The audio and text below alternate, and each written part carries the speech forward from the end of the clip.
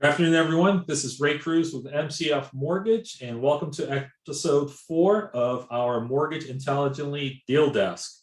I'm doing it solo today. Unfortunately, my partner Amir couldn't be here with me, but I've got a great one for you with lots scenario with lots of obstacles that we just closed last week.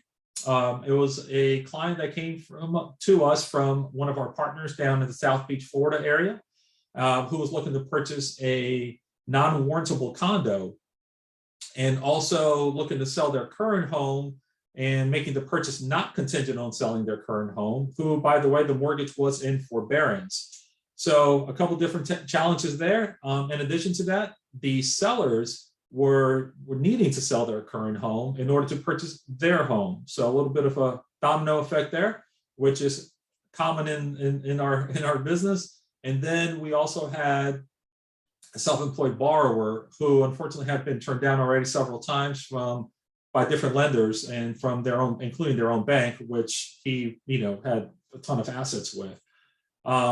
So the transaction was brought to us by the referral partner, which was his real estate agent, about a month ago or so, and we were able to close on the loan. So how were we able to do that? So a couple of different things. Number one, we're able to do unique properties. So non-warrantable condo does not meet your Fannie Mae, Freddie Mac, FHA, government agency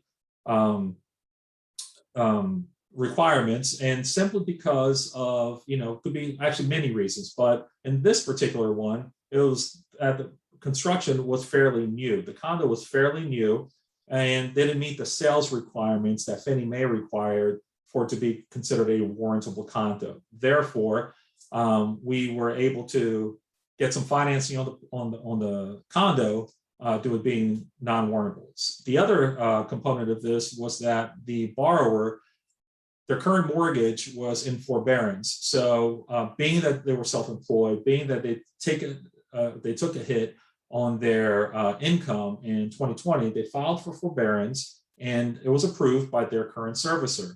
However, that forbearance had not been brought up to date yet. So again, another obstacle with obtaining a conventional loan is that no worries with going in forbearance, but that forbearance has to be brought up to date prior to you being able to refinance or purchase another property. So we were able to also navigate through that piece of it. The last piece was the borrower being self-employed. So the borrower shows almost no income on their personal tax returns, shows actually a loss on their business returns. However, did have some assets available with one of their financial institutions. So in this particular instance, we were able to basically look at the assets that the borrower had. And the assets, by the way, were sufficient enough where the borrower could actually pay cash for the property. So we're able to basically do a transaction based on the asset qualification that the borrower had in their current account. Simply by looking at the statement saying that the funds were liquid, he had access to those funds, although he did not want to liquidate them for the purchase. So, and in this case, I believe for this particular transaction was a Amir's transaction. Not my personal transaction. The borrower had a credit score of over 720 and also was putting 25% down. So that's what alleviated the situation. And we were able to have a super happy borrower who was able to close on their home.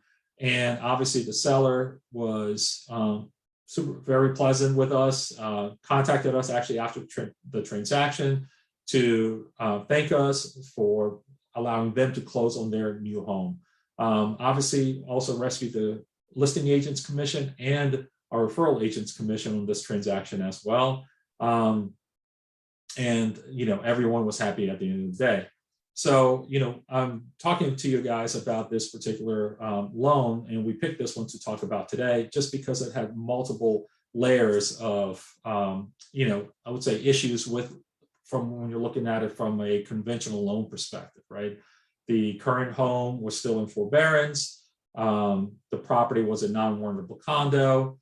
The borrower was self-employed, where they didn't show sufficient income on their personal tax return. So different layers there where we were able to still overcome these and close.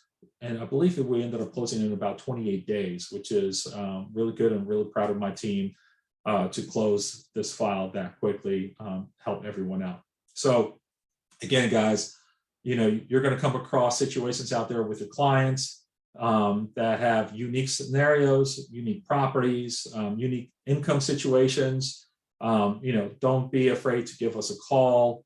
We're here to help. We're here to help you guys. We're here to help your clients out and hopefully put them in a home. All right, that's it for our episode today. Look forward to seeing you guys on Friday when our Mortgage Intelligently University episode airs. Until then, you guys have a great week.